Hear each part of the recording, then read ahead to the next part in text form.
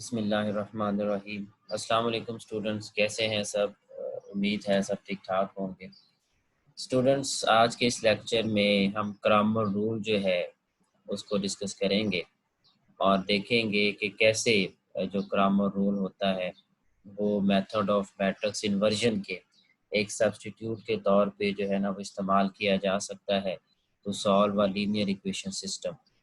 अब इसमें होता क्या है, बेसिकली जो डिफरेंस है मैट्रिक्स इन्वर्जन और ग्रामर रूल के अंदर, वो सिंपल ये है कि जो ग्रामर रूल है ये हमारे पास एक लेस लिबोरियस मेथड है जिसके ज़रिए से हम जो सिस्टम होता है लीनियर इक्वेशंस का उसको जो है ना वो सॉल्व कर सकते हैं। अगर हम डिराइव करना चाहें ग्रामर रूल का जो आप कह लें रूल है, तो उसके लिए हम दोबारा फिर एक छोटा सा जो है ना वो रिवीजन का एक टच लेंगे जो हमारा मैट्रिक्स इन्वर्जन का मेथड है उसका, और फिर देखेंगे कि कैसे जो ग्रामर रूल है उसका फार्मूला हम ड्राइव कर सकते हैं और कैसे जो ग्रामर रूल है उसको as a substitute of matrix inversion जो है ना वो इस्तेमाल किया जा सकता है। देखें, अगर हमें एक सिस्टम ऑफ लीनियर इक्वेशंस दिया गया हो तो हमने उसमें इन डिटेल पढ़ा था कि उसकी जो इक्वेशन फॉर्म होती है वो बनती है A X is equal to D, where A is N by N square matrix. साफ जाहिर है कि हमारे पास एन बाय एन जो है ना स्क्वायर मैट्रिक्स होगा, ए जो कि हमारे पास कोफिशिएंट मैट्रिक्स भी जो है ना वो कहलाता है। तो अगर हम सॉल्यूशन सेट लेना चाहें अननोन्स का या वेरिएबल का जिसको एक्स कहते हैं, तो वो हमारे पास उसका फार्मूला बनेगा x direct is equal to A prime D, A inverse D, sorry यहाँ पे इसने गलती की हुई है, x direct is equal to A inverse D. तो ए इनवर्स हम जानते हैं कि उसका फार्मूला होता है 1 ओवर ए का determinant multiplied by adjoint of A. So अगर हम एडजॉइंट ऑफ ए की बात करें तो अपने लास्ट लेक्चर्स के अंदर हमने इन डिटेल डिस्कस किया है कि अगर हमें 3 बाय 3 का मैट्रिक्स दिया गया हो तो उसका एडजॉइंट जो होता है वो कोफैक्टर मैट्रिक्स का जो है ना वो ट्रांसपोज होता है।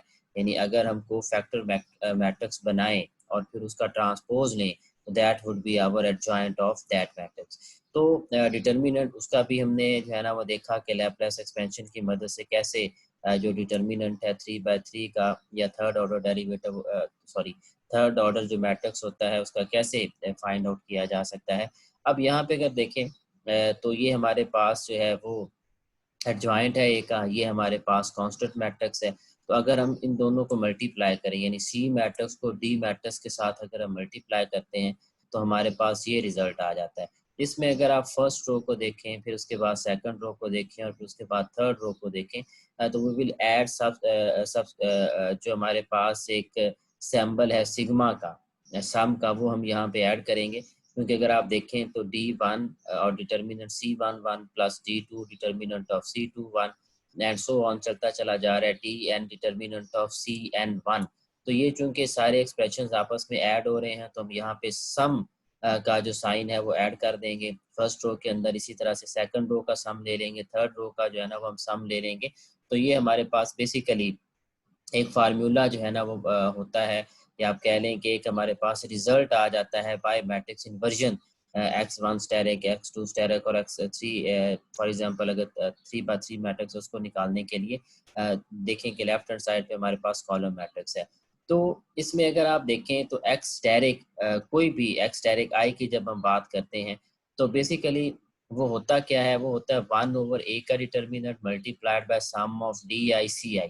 कि अगर आप जो हमारे पास आपके जो कांस्टेंट मैट्रिक्स होता है उसको जब आप को फैक्टर मैट्रिक्स से जो है ना वो मल्टीप्लाई करते हो तो हमारे पास जो है ना वो एक्स डायरेक्ट की जो है ना वो वैल्यू आती है।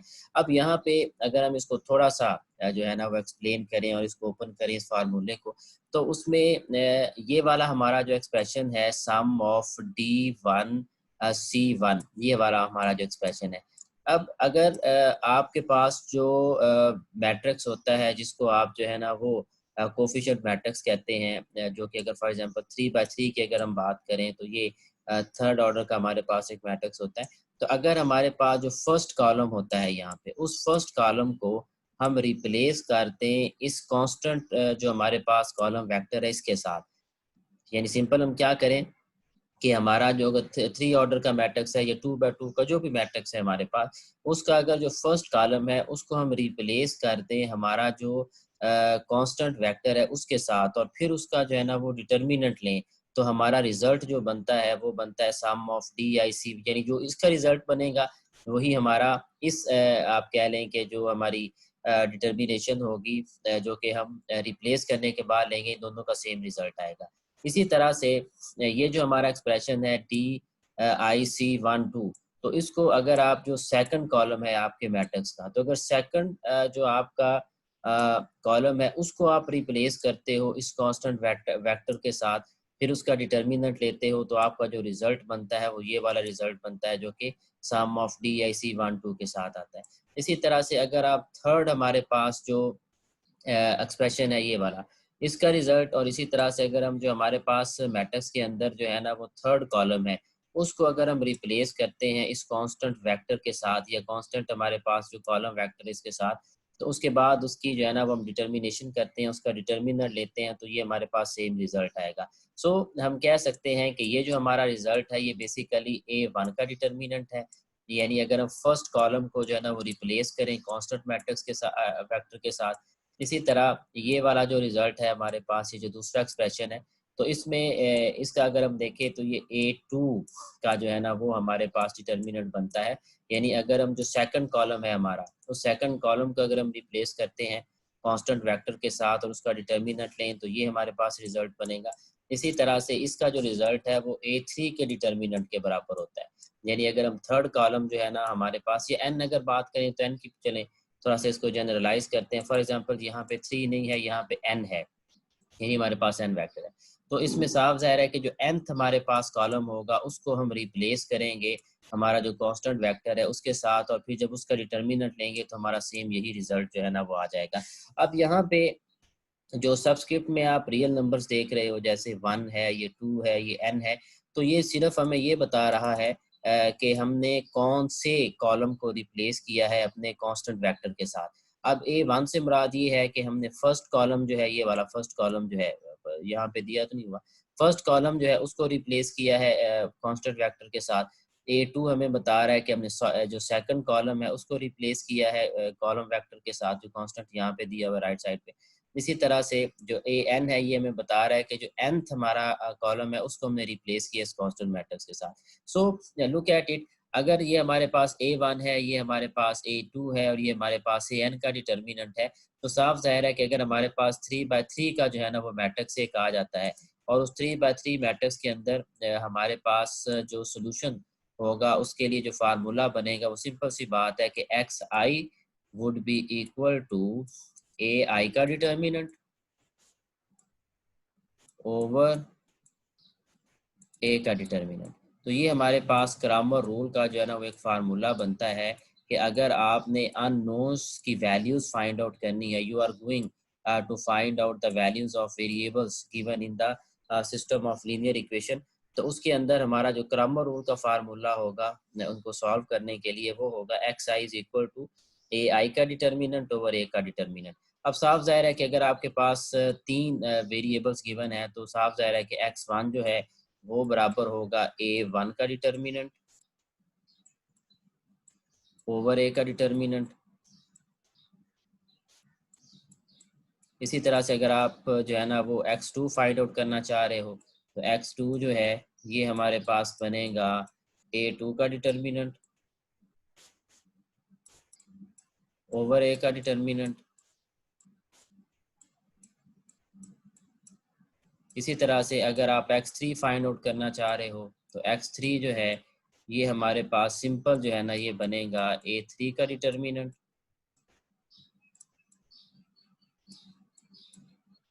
ओवर A का डिटर्मिनेंट। इसी तरह से अगर 2/2 का मैट्रिक्स है तो वो साफ से 2 तक जो है ना वो हमारे पास रहेगा। तो ये हमारे पास बेसिक जो है ना वो फार्मूलाज हैं क्रैमर रूल के अंदर, जिनकी मदद से हम जो आप कह लें कि हमारे अननोन्स होते हैं या जो वेरिएबल्स होते हैं हमारी इक्वेशंस के अंदर, उसकी जो है ना वो हम रिजल्ट्स जो है ना वो फाइंड आउट कर सकते हैं। अब अगर इसकी एक न्यूमेरिकल एग्जांपल देखें, तो look at this system of equation. We have two equations with two unknowns or two variables x1 and x2. Look at the first equation, 5x1 plus 3x2 is equal to 30, and the second one is 6x1 minus 2x2 is equal to 8. First of all, we are going to separate the matrices of coefficients and then matrices of variable and then the constant vector. तो अगर आप देखें सबसे पहले आप जो है ना इसकी सेपरेशन करोगे कि आप जो कोफिशिएंट है वो अलग करोगे, जो वेरिएबल्स हैं उन्हें अलग करोगे, कांस्टेंट वेक्टर अलग करोगे, तो इसकी जब आप मैट्रिक्स फॉर्म बनाओगे तो वो इस तरह से बनेगी 5 3 6 -2, ये आपके पास कोफिशिएंट मैट्रिक्स आ जाएगा और आपके जो वेरिएबल्स होंगे उनको आप कॉलम वेक्टर में लिखोगे कि x1 x2 and that is equal to, और जो आपका कांस्टेंट होगा उसको एज सच आप कॉलम वेक्टर के अंदर ही लिखोगे 38। तो ये आपके पास जो है ना वो फर्स्ट स्टेप आपका ये होगा कि आप एक स्टेटमेंट लिखोगे the matrix form of the above given system of equation is, तो ये आपके पास उसकी जो है ना वो मैट्रिक्स फॉर्म बन जाएगी। अब नेक्स्ट स्टेप में आपको फर्ज करोगे कि ये आपका ए है, let this is a, this is x and this is D, ये आपके पास जो कॉलम वेक्टर है ये आपके पास डी है। तो जब ये आप करोगे तो इसका मतलब है कि आपकी इक्वेशन बन जाएगी A X is equal to D. अब यहाँ पे चूंकि हम जो इन्वर्स का एक मेथड है वो इस्तेमाल नहीं करेंगे, हम ग्रामर रूल जो है ना वो अप्लाई करने जा रहे हैं, तो उसके लिए साफ जाहिर है मैंने अभी आपको इन डिटेल बताया है कि एक्स स्टेरिक यानी हमारे पास जो एक्स की वैल्यूज होंगी उनको फाइंड आउट करने का फार्मूला क्या होता है, ए आई का डिटर्मिनेंट ओवर ए का डिटर्मिनेंट। तो ए आई से मुराद ये है कि आपकी जितने कॉलम है उस हिसाब से आप रिप्लेसमेंट करोगे। अब सबसे पहले अगर आप देखो इसमें दो चीज़ें आपको चाहिए, पहले तो ए डिटर्मिनेंट चाहिए, तो डायरेक्ट हम ए का डिटर्मिनेंट फाइंड आउट करेंगे। इसका डिटर्मिनेंट बनाएंगे इस मैट्रिक्स का 5 3 6 -2 का, तो इसका डिटर्मिनेंट लें 5 2s are -10 and -6 3s are 18, तो -10 -18 तो -28 हमारा डिटर्मिनेंट आ जाएगा। फिर हम A1 निकालेंगे। A1 कैसे निकालेंगे, लुक एट इट। A1 निकालने के लिए हमारे पास जो फर्स्ट कॉलम होगा उसको हम रिप्लेस कर देंगे हमारा जो ये वाला कांस्टेंट मैट्रिक्स है उसके साथ, तो यहाँ पे आ जाएगा 30 और 8, यानी फर्स्ट जो हमारा कॉलम होगा उसको हमने रिप्लेस कर दिया कांस्टेंट मैट्रिक्स के साथ। अब क्या करेंगे, ये हमारे पास A1 बन गया। अब हमने इस A1 का जो है ना वो डिटर्मिनेंट लेना है, तो किस तरह से लेंगे, 30 मल्टीप्लाइड बाय -2 -60 बना एंड -8 3s आर 24। अब इनको जब ऐड करेंगे तो हमारे पास -84 A1 का रिजल्ट आ जाएगा।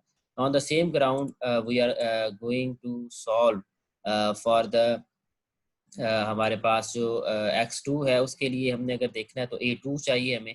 तो A2 फाइंड आउट करने के लिए हम क्या करेंगे कि हमारा पहला जो कॉलम होगा वो उसी तरह से रहेगा और जो दूसरा कॉलम होगा अब हम उसको रिप्लेस करेंगे इस कांस्टेंट वेक्टर के साथ। तो दूसरा कॉलम साफ ज़ाहिर है हमारे पास यहाँ पे आएगा, तो यहाँ पे हम दूसरे कॉलम की जगह पे क्या लिख लेंगे, ये कांस्टेंट वेक्टर लिख लेंगे। अब हम इसका डिटर्मिनेंट इसका जो है ना वो डिटर्मिनेंट फाइंड आउट करेंगे। 5 8s are 40 and 6 3s are 180, minus के ये हमारे पास आएंगे। तो इसको जब हम सॉल्व करेंगे तो हमारे पास जो रिजल्ट बनेगा वो A2 का जो है ना वो हमारे पास रिजल्ट जो है ना वो यहाँ पे आ जाएगा। तो ये बनेगा 40 माइनस 180, तो that would be equal to -140, यहाँ पे माइनस मिसिंग है, -140, this would be our result of A2। अब देखिएगा आपको जो है ना वो तीन चीज़ें चाहिए थी, ए का डिटर्मिनेंट चाहिए था, A1 का डिटर्मिनेंट चाहिए था, A2 का डिटर्मिनेंट चाहिए था। So look at it the formula of x1 static.